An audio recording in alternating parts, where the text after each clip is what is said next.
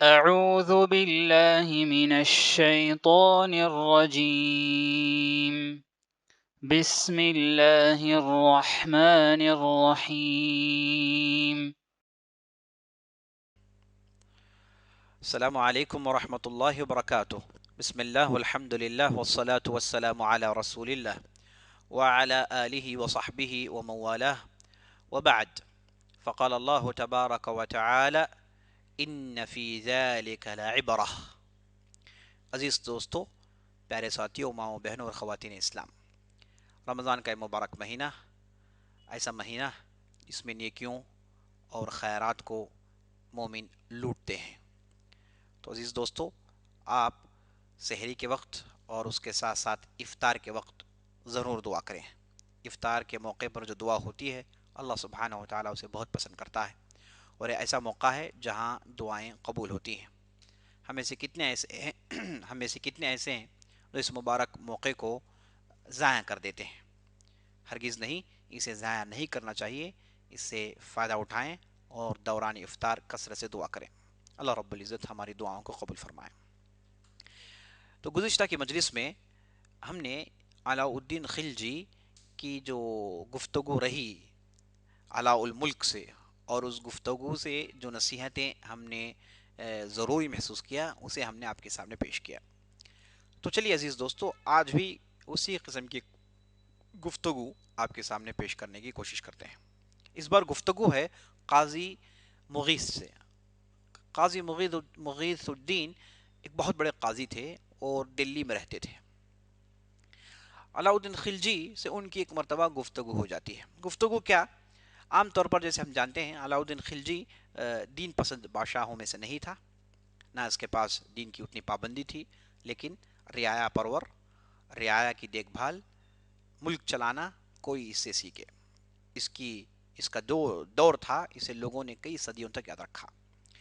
یہ جو علاء الدین خلجی تھے، یہ عام طور پر ملکی مصلحتوں میں،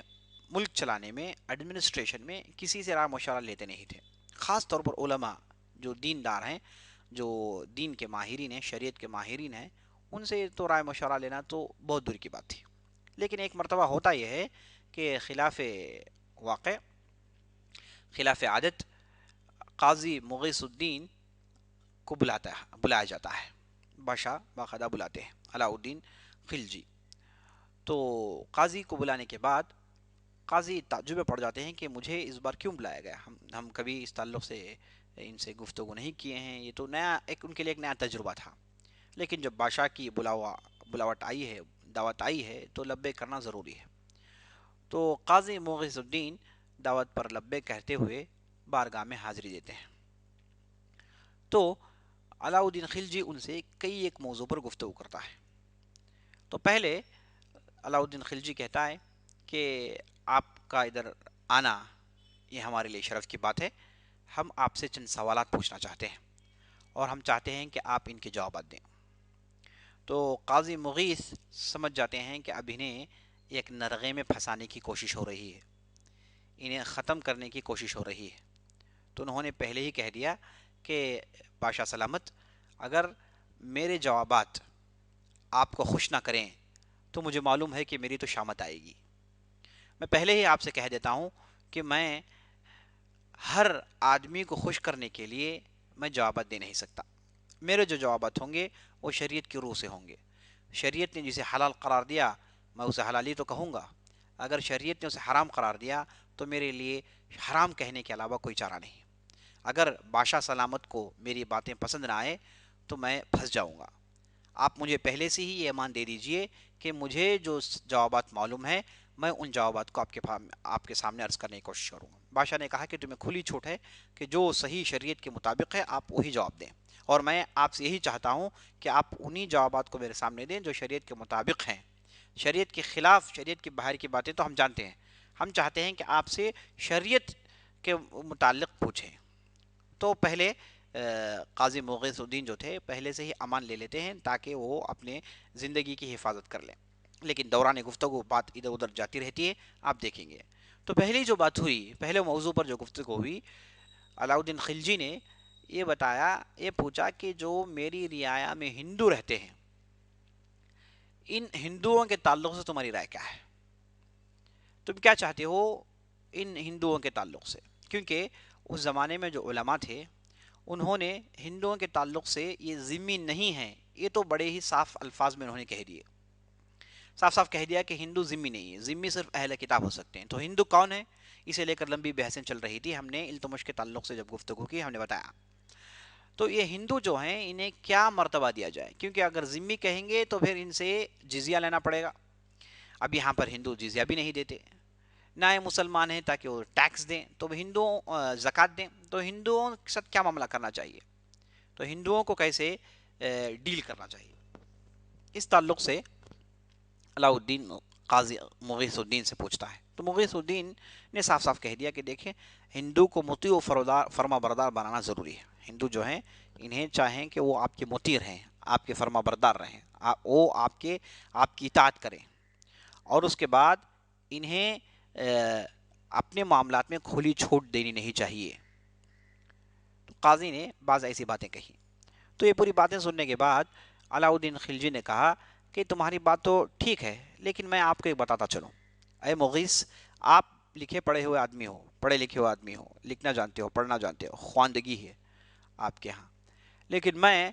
پڑھنا لکھنا نہیں جانتا۔ آپ پڑھنا لکھنا جانتے ہو لیکن آپ کا تجربہ بہت کم ہے۔ میں پڑھنا لکھنا نہیں جانتا لیکن میرا تجربہ بڑا واسع ہے، بڑا وسیع تجربہ ہے، میں نے کیا کچھ نہیں دیکھا ہے میری زندگی میں۔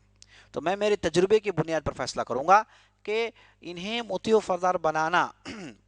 اس کے لیے میرے پاس جو طریقہ میں جس پر چل رہا ہوں اسی طریقے کو اختیار کروں گا۔ میں آپ کے طریقے کو اختیار نہیں کر سکتا، کیونکہ یہ طریقہ میرے تجربے کے حساب سے ناکام ہے، اور ہندوستان جیسے ملک میں جہاں ہر قسم کے لوگ رہتے ہیں، ہر مذہب والوں کے لیے یہاں پر ترقی کرنے کے موقع ہیں، تو میں یہاں پر آپ کے اس قول پر عمل نہیں کر سکتا۔ میں آپ سے اس تعلق سے معذرت خواہ ہوں۔ اس کے بعد دوسرے موضوع کی طرف آگے بڑھتا ہے، دوسرے موضوع کے تعلق سے پوچھتا ہے کہ یہ جو رشوت میرے جو عمال لیتے ہیں انہیں کیسی سزائیں دینی چاہیے۔ ان کے جو گورنرز تھے وہ رشوت لیتے تھے اور انہیں اس کی خبریں پہنچتی تھی، تو رشوت یہ لیں تو ان کے ساتھ کیا سلوک کرنا چاہیے، کیونکہ علاء الدین خلجی اگر کسی کے تعلق سے یہ خبر پہنچی کہ اس نے رشوت لی ہے تو بڑا ہی بھیانک طریقے سے ان کے ساتھ سلوک کرتا ہے۔ کئیوں کے ہاتھ کاٹ دیے گئے، اور کئیوں کو موت کی سزا دی گئی، اور کئیوں کے پورے جائیداد ضبط کر لیے گئے، کئیوں کو جیل میں قید خانے میں ڈال دیا گیا، اور کئیوں کو بڑی ہی عبرتناک سزائیں دی گئی۔ تو اس تعلق سے حد سے زیادہ ظلم کی حد تک علاء الدین خلجی بڑے ہوئے تھے۔ تو یہاں پر جب قاضی سے پوچھا گیا تو قاضی نے صاف صاف کہہ دیا کہ اگر کوئی عامل، کوئی گورنر رشوت لیتا ہے تو رشوت کی سزا اسلام میں مقرر نہیں ہے۔ رشوت کے ہو سکتا ہے کہ آپ تعزیر یعنی انہیں کچھ سزا دیں، لیکن رشوت لینے والے کے ہاتھ کاٹنا یہ اسلام میں جائز نہیں۔ اسلام میں چور کے ہاتھ کاٹنا جائز ہے۔ چوری وہ ہے جہاں پر کوئی چیز محفوظ رکھی گئی ہو اور وہ چیز اس آدمی کے تحویل میں ہو، اس کے تحویل میں سے کسی نے بغیر اجازت اسے چرانے کی، نکالنے کی کوشش کی، تو وہ ہے چوری، اس کے لیے اسلام میں قطع ید ہے، ہاتھ کاٹنا ہے۔ لیکن رشوت کے لیے ہاتھ کاٹنا یہ اسلام میں نہیں ہے۔ تو فوراً علاء الدین خلجی کہتے ہیں کہ جو میں سزائیں دیتا ہوں یہ اسلام کے خلاف ہے، ایسی سزائیں دینا اسلام میں جائز نہیں ہے، کیا تم میری سزاؤں کو غلط کہو گے؟ تو قاضی تھوڑے بدک گئے اور انہوں نے کہا کہ میرے پاس اس کے علاوہ کوئی چارہ نہیں، یہ جو تم سزائیں دیتے ہو ان سزاؤں کے علاوہ میرے پاس کہنے کے لیے کوئی نہیں ہے، یہ تمام سزائیں یہ اسلام کے خلاف ہیں۔ تو علاء الدین خلجی تھوڑی دیر کے لیے غصے میں آ جاتا ہے اور اس کا چہرہ سرخ پڑ جاتا ہے، لیکن قاضی مغیث الدین ڈرتے ہوئے بھی حق ہی کہتے ہیں، حق کے علاوہ یہ کچھ کہہ نہیں سکتے، یہ ان کا تقویٰ تھا عزیز دوست۔ اس کے بعد دوسرے موضوع کی طرف بات آگے بڑھتی ہے، زر و مال کو لے کر بات آگے بڑھتی ہے کہ علاء الدین خلجی قاضی سے پوچھتا ہے کہ یہ جو بیت المال ہے اس میں میرا کتنا حق ہے، جو مال میں نے کمایا ہے دیوگری کو، جب میں نے زپایا تھا، میں نے دیوگری کو اپنے قبضے میں لیا تھا اور دوسرے علاقوں میں نے فتوحات کے جو کام کیے، وہاں پر جو مال آیا ہے وہ میرا مال ہے، میں میرے پاس رکھتا ہوں، یہ مال میرے لیے حلال ہے، اس مال کے تعلق سے تمہاری کیا رائے ہے؟ تو قاضی پھر سمجھ گئے کہ اب ان کی شامت آنے والی ہے۔ قاضی نے اس کے باوجود حق کہا۔ کہا کہ بیت المال میں آپ کا کوئی حق نہیں ہے، بیت المال یہ عام مسلمانوں اور رعایا کا مال ہے، اس میں تمہارا کوئی بھی کسی بھی قسم کی دخل اندازی مقبول نہیں ہے شریعت کی روح میں۔ تو جب علاؤدین نے کہا کہ تو پھر میں بھوکا مروں تو پھر میں کیا کروں، تو میرے جو اخراجات ہیں، میرے جو لوگ ہیں، میرے جو خاندان ہیں، میرے جو بیوی بچے، ان کا کیا ہے؟ تو قاضی نے کہا کہ آپ کے لیے بالکل اس میں سے بطور تنخواہ جو آپ لینا چاہتے ہیں لے سکتے ہیں، اور آپ کی وہ تنخواہ بھی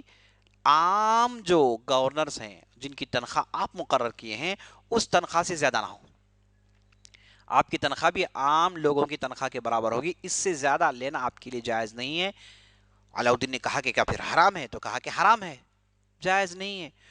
تو پھر علاؤدین بھڑک اٹھتا ہے، کہتا ہے کہ میرے جو گھر میں جو تحفے تحائف آتے ہیں، جو مال لے کر میں میرے گھر جاتا ہوں، یہ تمہاری نظر میں حرام ہے؟ قاضی کہتے ہیں کہ حرام کے علاوہ میں کچھ اور نہیں کہہ سکتا، یہ حرام ہے۔ اور اس کے بعد کہتا ہے کہ میں نے میری محنت سے بہت سارے علاقوں کو فتح کیا، وہاں سے میں جو مال لایا ہوں تو یہ میرا ہے، اس کے علاوہ کس کا ہے؟ تو قاضی نے کہا کہ اگر کوئی مال آپ اپنی محنت میں آپ اکیلے لڑ کر لیتے ہیں، آپ اکیلے لڑ کر کوئی چیز آپ لیتے ہیں تو اس میں آپ کے لیے حق ہے، لیکن آپ جب فوج استعمال کرتے ہیں، سپہ سالاروں کو استعمال کرتے ہیں، تو یہ مال بیت المال ہی کو جائے گا، آپ کے خزانے میں نہیں جائے گا، جو آپ کا شخصی خزانہ ہے اس میں آپ کوئی اس میں دخل نہیں ہے، یہ پورے کا پورا مال بیت المال کو جائے گا، چونکہ آپ نے فوج کو استعمال کیا ہے، فوج کو آپ نے استعمال کیا تو یہ پھر لڑائی عام ہو گئی، اس میں جو بھی مال آئے گا تو یہ مال پورا بیت المال کو جائے گا، اس میں آپ کا کوئی حق نہیں۔ تو کافی غصے میں آ جاتا ہے علاؤدین اور کہتا ہے کہ تم میرے تلوار سے نہیں ڈرتے؟ معلوم ہے کہ میں تمہارے گردن کو گرا سکتا ہوں۔ کافی غصے میں آتا ہے، لیکن مغیث، قاضی مغیث ڈرتے ہوئے بھی صرف ان کی زبان سے حق نکل رہا ہے، قربان جائیں ایسے عالم پر، ان کی زبان پہ حق ہی نکلتا ہے، کہتے ہیں کہ میری نظر میں اور شریعت کی نظر میں یہ حرام ہے،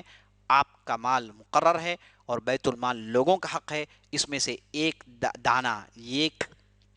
درہم نکالنا آپ کے لیے حرام ہے، اور بڑے جچیت الانداز میں قاضی سنا دیتے ہیں۔ اور معلوم ہے کہ قاضی پتہ نہیں اس مجلس کے بعد ان کے ساتھ کیا ہونے والا ہے، لیکن قاضی کو جو کہنا تھا انہوں نے کہہ دیا، اور آخری سوال کرتا ہے کہ میرے جو سوار ہے اگر وہ جنگ کے میدان سے پیچھے چلے جائیں تو میں بڑے برے انداز سے سزا دیتا ہوں، یعنی لڑائی کے دوران جو پیٹ پھیر کے باہر چلے گئے یا پھر لڑائی میں آئے نہیں، ان کے جو سوار ہے، گھڑ سوار ہے، ایسی سزائیں دیتے ہیں کہ ان کی پوری مال و دولت لوٹ لیتے ہیں، پوری مال و دولت لوٹ لی جاتی ہے، اور ان کے پورے جائیداد ضبط کر لیے جاتے ہیں، اور انہیں قید خانے میں ڈالا جاتا ہے، 3 3 سال تک سزائیں دی جاتی ہیں، کئی لوگوں کو پیٹا جاتا ہے، کوڑے برسائے جاتے ہیں، یعنی بڑے بھیانک سزائیں علاؤدین صاحب دیا کرتے تھے ان کے ان سواروں کو جو میدان میں حاضر نہیں ہوتے۔ ان کے تعلق سے قاضی سے پوچھا جاتا ہے کہ آپ ان کے تعلق سے کیا کہتے ہیں؟ تو قاضی کہتے ہیں کہ آپ کا اس ڈھنگ سے سزا دینا جائز نہیں ہے، آپ کا اس ڈھنگ سے سزا دینا یہ بالکل جائز نہیں ہے، آپ حد سے زیادہ بڑھ کر ظلم کر رہے ہیں، اور ایسا ظلم یہ اللہ کو پسند نہیں ہے، یہ ظلم و استبداد اللہ کی نظر میں یہ بالکل جائز نہیں ہے، آپ کو ان چیزوں سے پرے رہنا چاہیے۔ تو علاؤدین کو اتنا غصہ آتا ہے، یعنی ان کی جتنی بھی علاؤدین نے باتیں پوچھی سب کو یا تو پھر حرام قرار دیا گیا، یا تو پھر غلط قرار دیا گیا، یا تو پھر بالکل اسے جو ہے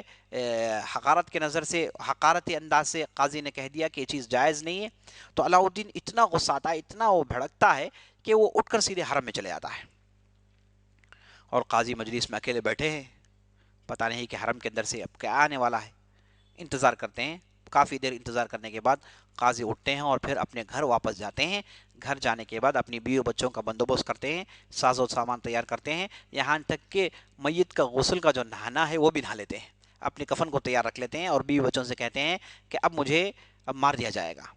اب پتہ نہیں میں نکل جاؤں یا پھر بچ جاؤں، تو یہاں تک کہ وہ بچنے کی بھی تیاری کرتے ہیں، اس رات کے پروگرام بناتے ہیں کہ کہاں بچ کر چلے جائیں، معلوم ہے کہ یقینی ہے کہ اس قسم کا شاید کسی نے ان سے کبھی اس لب کشائی نہیں کی ہوگی، ایسی گفتگو کسی نے نہیں کی ہوگی، اب یہ تو شامت آئی ہے، موت آئی ہے، تو یہ اپنے آپ کو موت کے لیے تیار کر لیتے ہیں، لیکن دوسرے دن ان کے حیرت کے خلاف ان کے یہاں ڈھیر سارے تحفے تحائف بھیجے جاتے ہیں، اور ساتھ یہ کہا جاتا ہے کہ آپ کی گفتگو سے ہمیں بہت ساری باتیں سیکھنے کو ملی ہیں، شریعت کو جاننے کا ہمیں موقع ملا ہے، ہم آپ کے شکر گزار ہیں، یہ علاؤدین کی طرف سے میسیج دیا جاتا ہے۔ تو اس سے عزیز دوستو بات معلوم ہوئی کہ اس ایسے بھی ان کی زندگی میں واقعات پیش آئے اور انہوں نے علاء الدین نے انہیں بھی جھیلا تھا۔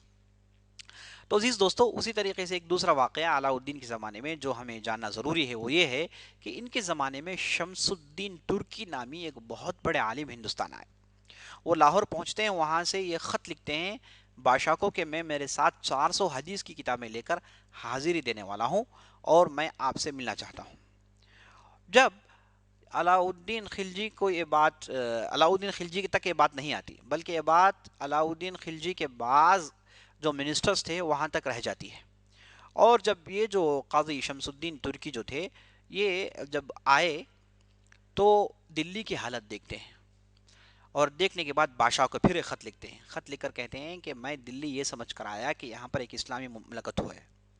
میں یہ سمجھ کر آیا کہ یہاں کے لوگ دیندار ہوں گے، میں یہ سمجھ کر آیا کہ یہاں کے بازار میں حرام چیزیں نہیں بیچی جا رہی ہوں گی اور حرام سے یہ لوگ بچے ہوئے ہوں گے، لیکن میرا تجربہ بالکل الٹا ہے۔ میں نے یہاں پر چاروں طرف حرام ہی حرام دیکھے، اور مجھے معلوم ہوا کہ بادشاہ نماز کا پابند نہیں ہے، بادشاہ روزے نہیں رکھتا، بادشاہ دین پسند نہیں ہے، اور بہت سارے علاء الدین کی غلطیوں کی گناتے ہیں۔ اور اس کے بعد کہتے ہیں کہ ایسے بادشاہ اور ایسے مملکت میں رہنا میں پسند نہیں کرتا، جو بھی میں میرے پاس کتابیں لایا ہوں یہ کتابیں لے کر واپس میں لاہور جا رہا ہوں، یہ کہہ کے واپس چلے آتے ہیں۔ تو بعد میں جب تحقیق ہوئی تو معلوم ہوا کہ یہ شیخ الاسلام ابن تیمیہ رحمۃ اللہ علیہ کے مصر کے شاگردوں میں سے ہیں، جو حنفی مسلک کے تھے، لیکن شیخ الاسلام ابن تیمیہ رحمۃ اللہ علیہ کے طرز پر اور نہج پر تھے، اور یہ سلف الصالحین کے نہج کو ماننے والے تھے۔ اور جب یہ واپس گئے تو بعد میں بادشاہ کو یہ بات پہنچائی گئی کہ ایسے ایک صاحب آئے تھے اور واپس چلے گئے، تو بادشاہ غصہ آیا، کہا کہ کیوں نہیں بتایا، ہم کوشش کرتے تھے کہ ان کے دل کو لبھانے کی۔ تو عزیز دوستو، یہ وہ زمانہ تھا جب شیخ الاسلام بن تیمیہ دمشق کے اندر اور دوسرے علاقوں میں ان کی وہ دعوت پھیل رہی تھی، ان کا جو مدرسہ تھا، ان کا جو نہج تھا وہ پھیلا رہے تھے، اور ان کے شاگردوں کے ذریعے سے یہ بات بڑی تیزی سے پھیل رہی تھی۔ اور شیخ الاسلام بن تیمیہ کے شاگردوں میں سے وہ ہیں جنہوں نے علوم اسلامیہ کی بہت ہی اہم کتابیں لکھی، جیسے تفسیر ابن کثیر ہو گئی اور علامہ ذہبی ہو گئے، ان کی جو حدیث کتابیں، یہ سب شیخ الاسلام بن تیمیہ کے شاگردوں کی وجہ سے بات پھیلی۔ تو شیخ الاسلام بن تیمیہ کی جو بڑی مضبوط طریقے سے جو کام چل رہا تھا، اس کے آثار ہندوستان میں پہنچتے ہیں عزیز دوستوں،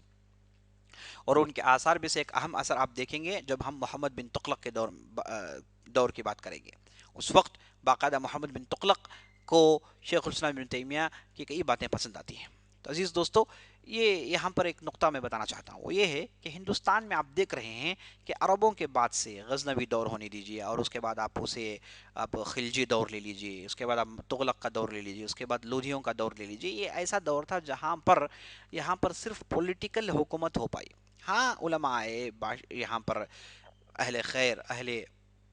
علم آئے اور انہوں نے اپنی بات پھیلائی، لیکن اس کے باوجود بھی یہاں پر ایک ٹھیک ڈھنگ سے خلفاء راشدین کے زمانے کا دن نہیں آیا۔ جنوب میں آیا تجارت کے ذریعے سے، لیکن باقاعدہ اسے امپلیمنٹ کرنا، اس پر حکومت قائم کرنا، وہ کام جنوب میں نہیں ہوا۔ یہاں پر حکومت قائم کرنا، ریاست قائم کرنا، اسلام کو تنفیذ میں لانا، اسلام کو امپلیمنٹ کرنا، تو یہ جو شمال میں ہوا۔ لیکن شمال میں عزیز دوستو یہ بعد میں افغانیوں کے دور میں بعد میں شروع ہوئی، جو بہت ساری باتیں اسلام سے دور تھیں، اور یہ وہ زمانہ تھا عزیز دوستوں جب تصوف اپنے عروج پر تھا۔ تصوف اور صوفیزم ایک مستقل موضوع ہے جس پر ہم کو اگر گفتگو کریں گے تو لمبی ہو جائے گی گفتگو، اور وہ ہمارے موضوع سے باہر ہے۔ لیکن ہم جب ہندوستان کی تاریخ پڑھتے ہیں تو ہم شروع سے دیکھ رہے ہیں کہ ہندوستان میں جو بھی لوگ آئے وہ عجم سے زیادہ آئے، عربوں کے دور کے بعد عجم سے زیادہ آئے، اور اسماعیلی فرقہ اور دوسرے فرقوں کا جو ہے ہندوستان میں دورہ تھا۔ اس وجہ سے یہاں پر صحیح خلفاء راشدین کا زمانے کا دور اور اس کا جو اسلام یہاں پر آ نہیں پایا۔ یہاں پر زیادہ تر اسلام عزیز دوستوں دوسرے علاقوں سے آنے کی وجہ سے وہ علاقائی چیزیں یہاں پر منتقل ہوئیں، اور یہ خاص طور پر یہ غزنوی زمانہ لے لیجئے آپ، یہ اس کے بعد کا زمانہ لے لیجئے، یہ وہ زمانہ تھا جب تصوف کو عروج مل رہا تھا۔ لوگ معتزلہ اعتزال کے عقیدے سے اور اشعری عقیدے سے بچ کر اور دوسرے فرقوں سے بچ کر لوگ ہے نا صحیح دین کی طرف آنے کی کوشش کر رہے تھے، تو اس موقع پر تصوف کو فروغ ملا۔ ہم جانتے ہیں کہ تصوف کے کئی ادوار ہیں، اور سب سے پہلے تصوف کیا ہے؟ تصوف عزیز دوستو یہ بعد کے زمانے میں شروع ہوا، یہ خاص طور پر اس زمانے میں شروع ہوا جب مسلمان مملکتوں میں، مسلمان بستیوں میں، علاقوں میں بادشاہ حکومت کے لیے کثرت سے لڑا کرتے تھے، آپس میں لڑائیاں حکومت کو لے کر ہوتی تھی، یہ لڑائیاں حکومت کو لے کر ہوتی تھی، کوئی فلاں اپنی حکومت بڑھانا چاہتا تھا، فلاں اپنی حکومت بڑھانا چاہتا تھا، یہ حکومت کے لیے لڑائیاں بہت زیادہ، خون بہت زیادہ اس تعلق سے بہایا گیا۔ تو اس موقع پر ایسے لوگ پیدا ہوئے جنہوں نے کہا کہ یہ کب تک دنیا پرستی کو لے کر لڑتے رہو گے، دنیا پرستی سے اپنے آپ کو بچائیں، اس سے باہر نکل آئیں، دنیا پرستی کو بالکل چھوڑیں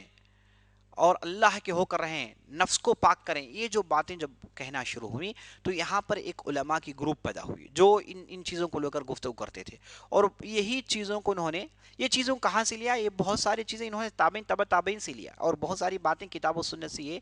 جڑی ہوئی ہیں۔ لیکن تصوف میں جب یہ دنیا سے دوری کی باتیں ہو رہی تھیں تو اس میں کئی جگہ غلو کو بھی موقع ملا، اور ساتھ ساتھ جب یونانی فلسفہ اس میں ملا تو عجیب و غریب اس کے رنگ ہو گئے، بہت سارے بھول بھلائے نکل آئے۔ تو عزیز دوستو، تصوف کے اندر بہت ساری اچھی باتیں ہیں، تزکیۃ النفس، نفس کی پاکیزگی اور دنیا سے دوری، اور حرام چیزوں سے اپنے آپ کو دور رکھنا، دنیا سے قطع تعلق کرنا، آخرت سے اپنے تعلقات کو پیدا کرنا، دنیا میں سادہ زندگی گزارنا، یہ سب اچھی باتیں ہیں، یہ سب کچھ اللہ نے، اللہ کے رسول نے اپنی جو ہے نبی صلی اللہ علیہ وسلم نے اپنی حدیث میں، اللہ نے قرآن میں کہا ہے، اسے کوئی انکار نہیں۔ لیکن اس کے اندر جو آگے چل کر جو تبدیلیاں آئیں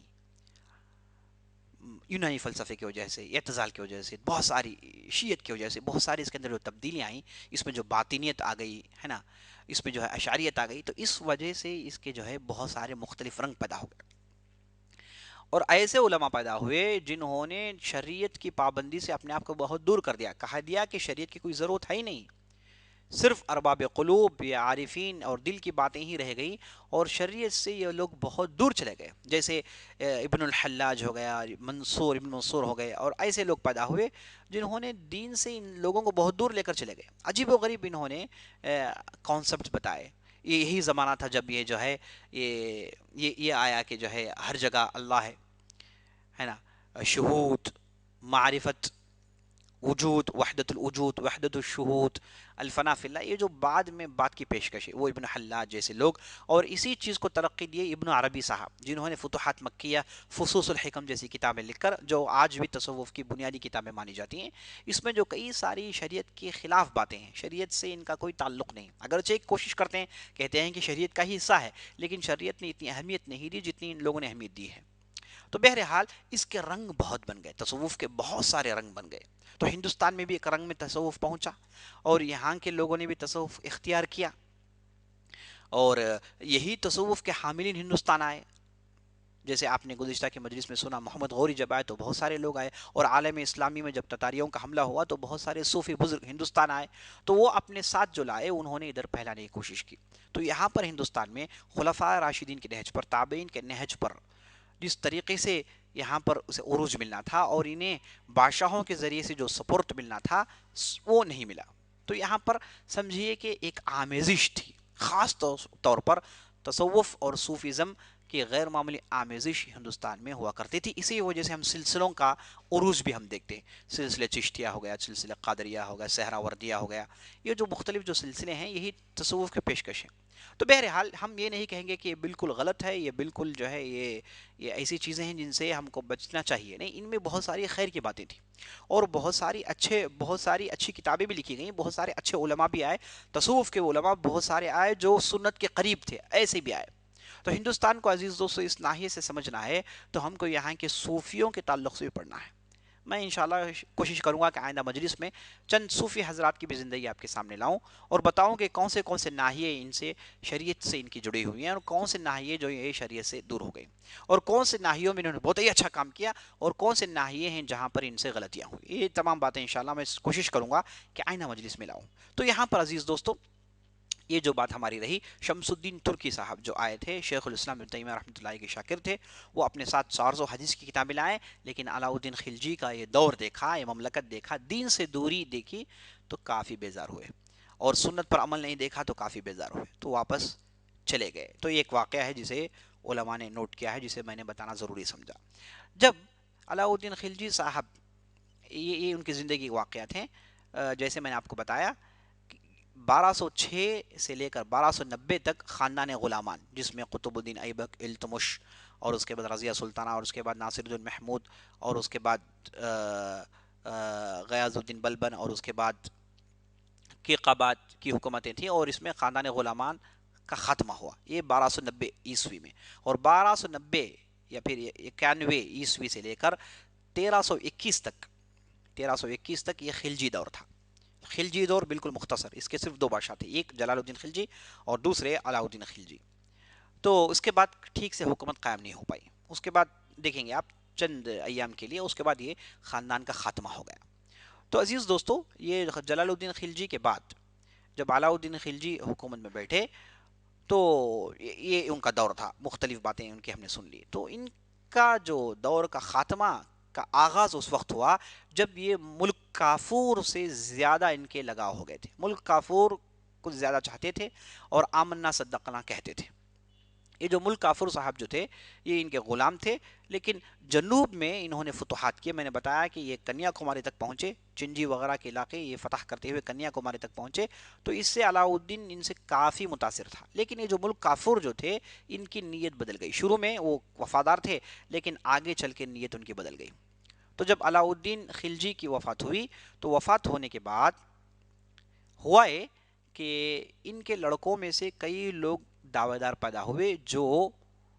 حکومت حاصل کرنا چاہتے تھے۔ ان میں سے خاص طور پر خضر خان جو ان کے لڑکے تھے جو حکومت کے دعوے دار تھے، اور اس کے بعد ایک دوسرے تھے جن کا نام تھا مبارک شاہ، یہ بھی دعوے دار تھے۔ لیکن یہ جو ملک کافر جو تھے انہوں نے سازشیں کی، سازشیں کر کے خضر خان کو قتل کروا دیا، اور خلجی خاندان کے اہم لوگ جو دربار میں تھے انہیں قتل کروا دیے، اور آخر کار ملک کافر نے کوشش کی کہ جو ان کے آخری لڑکے جن کا نام مبارک شاہ تھا انہیں بھی قتل کر دیں۔ یہ گروپ بھیجتے ہیں قتل کرنے کے لیے، اچانک یہ لوگ جاتے ہیں مبارک شاہ پر حملہ کرتے ہیں، مبارک شاہ ان تمام لوگوں کو جوڑتے ہیں اور سب کے سامنے علاء الدین خلجی اور خلجی خاندان کے ان پر احسانات جو تھے گنواتے ہیں، کہتے ہیں کہ ہمارے لوگوں نے تم نے کیا کیا نہیں کیا، اور آخرکار تم مجھے قتل کرنے آ گئے۔ اور یہ ملک کافر کی بات سن کر تو جب ان سے گفتگو ہوئی، جو لوگ آئے تھے ان سے گفتگو ہوئی تو بالکل الٹے پھیر گئے، اور مبارک شاہ نے انہیں بھیج کر ملک کافر کا قتل کروا دیا۔ تو اس طریقے سے ملک کافر کا قتل ہوا، یہ صاحب ختم ہوئے، اور یہ اپنے ساتھ جو لعنتیں رکھتے تھے سب لعنتیں ان کے ساتھ ختم ہو گئی۔ اب اس کے بعد دیکھیں کہ لوگ کوئی موجود نہیں تھے، لوگوں نے قطب الدین کے لقب سے مبارک شاہ کو بادشاہ بنایا۔ یہ جو مبارک شاہ جو بادشاہ بنے یہ کسی بھی قابل نہیں تھے، عجیب و غریب آدمی تھے، عیاشی میں تو پہلے سے ہی دور دور تک پہنچے ہوئے تھے، شراب نوشی، اور اس کے علاوہ کبھی کبھار عورتوں کا لباس پہن کر دربار میں پہنچ جاتے تھے۔ عجیب قسم سے ان کا ذہن تھا، اس وجہ سے بہت دور تک چل نہیں پائے، اور حکومت میں بدعنوانیاں بد ترتیبی اتنی زیادہ ہو گئی کہ ان کے لوگ خود پریشان ہو گئے۔ اب یہ مبارک شاہ جو تھے ان کے ایک غلام تھے جن کا نام تھا خسرو ملک یا پھر خسرو خان، جو ان کے غلام تھے اور 9 مسلمان تھے، ابھی اسلام قبول کیے تھے، اور وہ مبارک شاہ کے ساتھ تھے لیکن ان سے برداشتہ تھے، اور ان کے ساتھ جو ہے نادر برخاستہ ان کے ساتھ ساتھ رہتے تھے، اور ان کے ساتھ دیکھ رہے تھے کہ موقع کب انہیں ختم کیا جائے۔ اور مبارک شاہ جب اپنی عیاشی میں اتنے ڈوب گئے کہ اور انہوں نے انہیں 9 مسلم غلام کو بلا کر کہا کہ تم حکومت کے زمام الامور کے ذمہ دار بن جاؤ، حکومت چلاؤ، مجھے تو عیاشی کرنی۔ یہ کہہ کے صاحب وہ اپنے میکدے میں چلے گئے۔ تو اب یہ جو حکومت کے باغ دوڑ کو سنبھالے تو انہوں نے اپنے خاندان کے لوگوں کو بھر دیا، اہم عہدوں میں بھر دیا، اور اس کے بعد ایک ایک کہہ کے خلجی خاندان کے لوگوں کو ختم کرنے کی کوشش کی، اور اس کے بعد یہی صاحب تھے جنہوں نے مبارک شاہ کا بھی قتل کیا۔ مبارک شاہ کو ختم کرنے کے بعد من اول تا آخر ایک بچہ بھی خلجی خاندان کا بچا نہیں، سب کو اس نے مار دیا، ان میں سے کوئی بچا نہیں، سب کو ختم کر کے 1321 ہجری میں خلجی خاندان کا خاتمہ ہو گیا۔ تو اس طریقے سے دوستو یہ علاء الدین خلجی کی جو عظیم حکومت تھی وہ اس طریقے سے بالکل سمجھیے کہ بالکل بدترین انداز سے بڑی تیزی سے ختم ہو گئی۔ اس کی وجہ یہی ہے کہ صاحب کی جو بے دینداری تھی، نماز کی پابندی نہیں تھی، اور دین سے دوری، دین سے بیزاری، یہی تھے ایسے لوگوں کو پیدا کر دیا۔ اگر یہ دین کے قریب ہوتے تو ان کے بھی وفادار لوگ پیدا ہوتے جن سے ان کی بات آگے بڑھتی، لیکن اللہ کو کچھ اور ہی مرضی میں ہوتا ہے، تو اللہ اپنی حکمت کے تحت دنیا کا جو ہے کام چلاتا ہے۔ تو اس طریقے سے خلجی خاندان کا خاتمہ ہو گیا عزیز دوستو۔ تو انشاءاللہ ہم آئندہ کی مجلس میں یہ کوشش کریں گے کہ میں نے بتایا جو تصوف کا زمانہ، وہ تصوف کے جو چاروں طرف بھول بھلائیے اور تصوف کے اندر جو خوبیاں تھیں، اور ان کے جو مشائخ تھے، ان کے جو صوفیاں تھے، ان بہت سارے تھے، ان میں سے ایک دو تین کا ذکر انشاءاللہ میں آئندہ کی مجلس کے لیے رکھتا ہوں. تب تک کے لیے اجازت دیجیے اور اللہ سے دعا کرتے ہیں کہ ہم نے جو بھی کہا ہے جو بھی سنا ہے اس کے مطابق عمل کرنے کی اللہ سبحانہ و تعالی ہمیں توفیق بخشے اور اللہ سبحانہ و تعالی ہمارے دامنوں کو پاک کرے, ہمارے ذہنوں کو پاک کرے, ہمارے دلوں کو قرآن کا بہار بنائے. اقول قولی هذا واستغفر الله لي ولكم ولسائر المسلمين من كل ذنب وخطيئة فاستغفروه انه هو الغفور الرحيم. وصلى الله على نبينا محمد وعلى آله وصحبه اجمعين.